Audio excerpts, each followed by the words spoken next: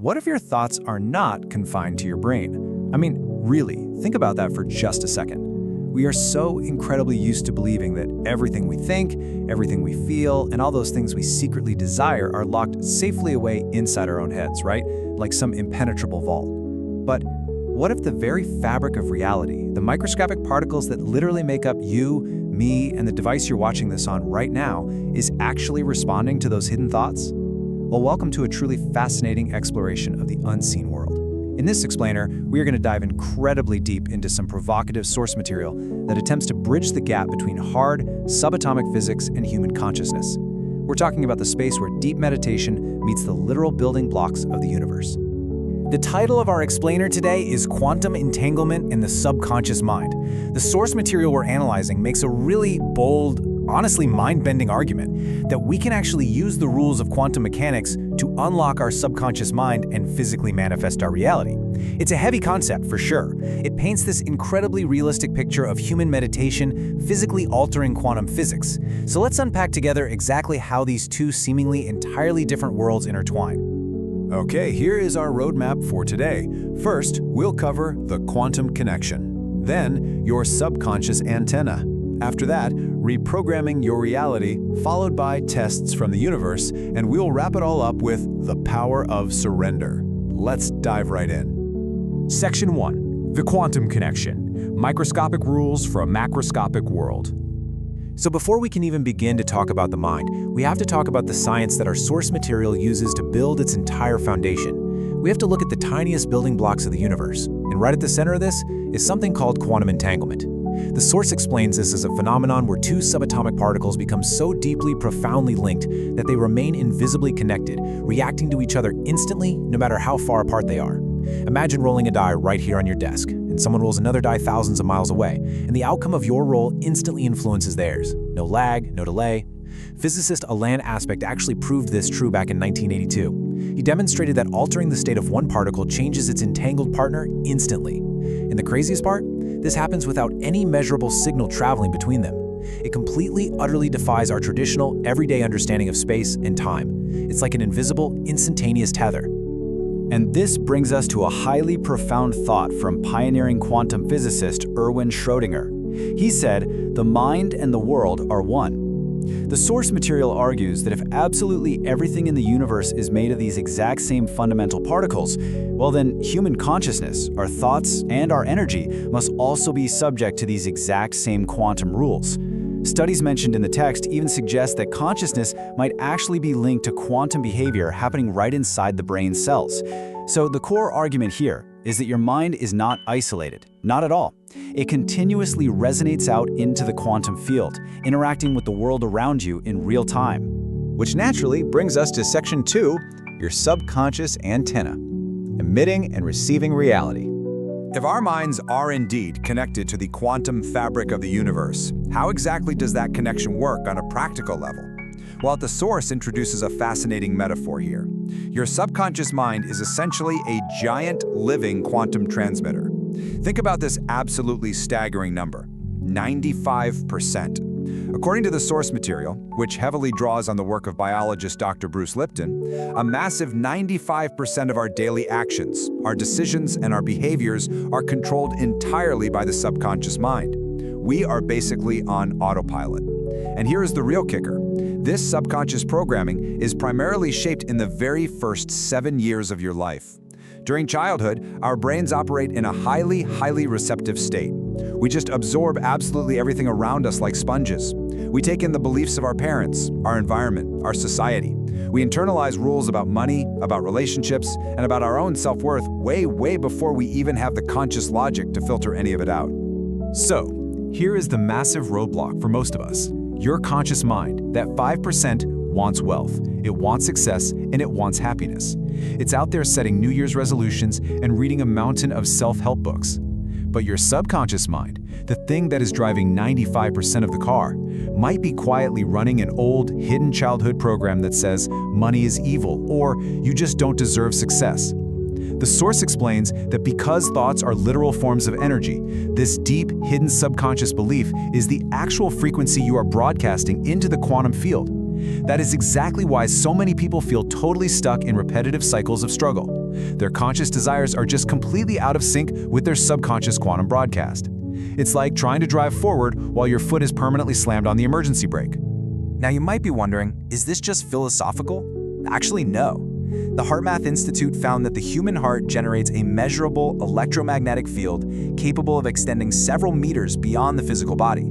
To put that into perspective, if you're standing in a room, your heart's field is physically touching the people around you. This field acts as a literal bridge, carrying the energetic frequencies of your emotions out into the environment. So, when your subconscious is harboring deep-seated negative beliefs or unhealed fears, your body is physically radiating that lower frequency. According to the principle of quantum entanglement we talked about earlier, that vibration resonates with the universe, actively attracting situations, people, and events that match that exact same low frequency. It's essentially a giant feedback loop. This smoothly leads us to Section 3, Reprogramming Your Reality, Updating Your Quantum Software. Okay, so if our childhood programming is broadcasting the wrong signals and messing up our reality, how do we actually fix it?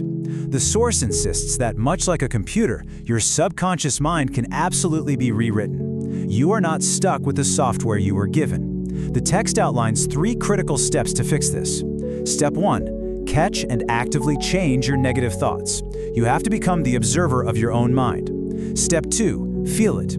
Neuroscientist Dr. Joe Dispenza argues you absolutely must feel the emotion of the reality you want before it happens. Emotion is the literal language that signals the quantum field.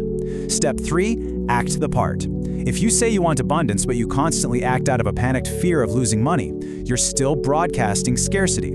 Your actions in the physical world absolutely must reflect your new quantum frequency.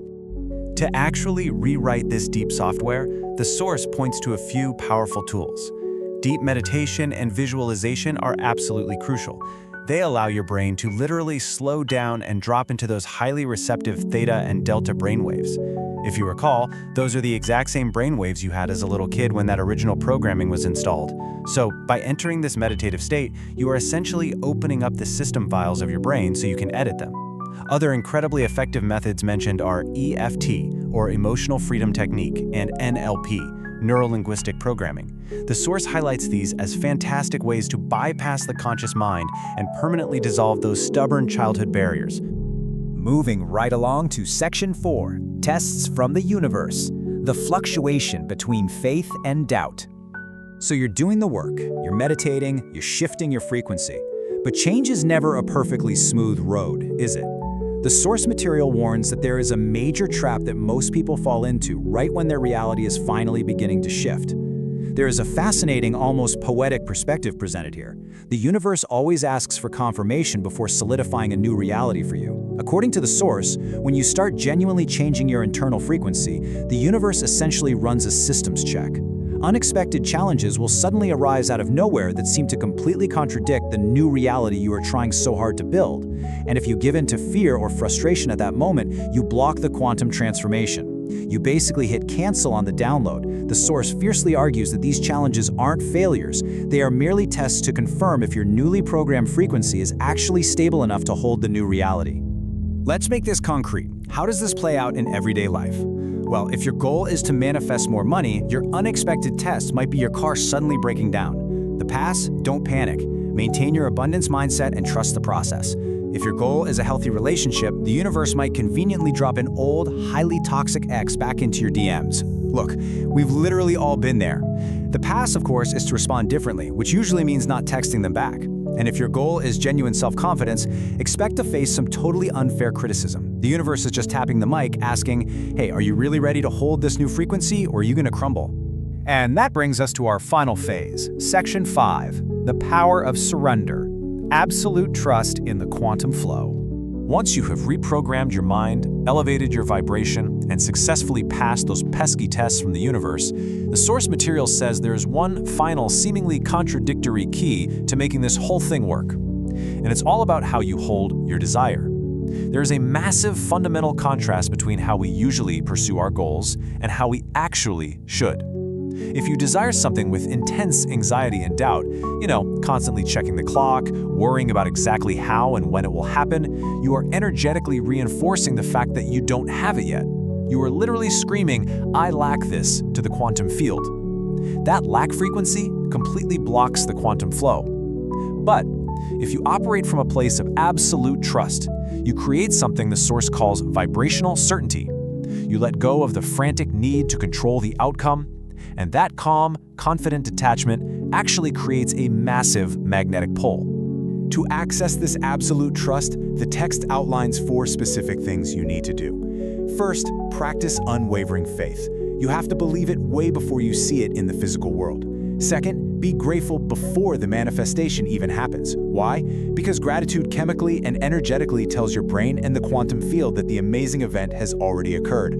Third, step into the flow of detachment. Set your intention clearly, align your internal vibration to match it, and then just let it go. Stop micromanaging the universe. And finally, act as if it is already real.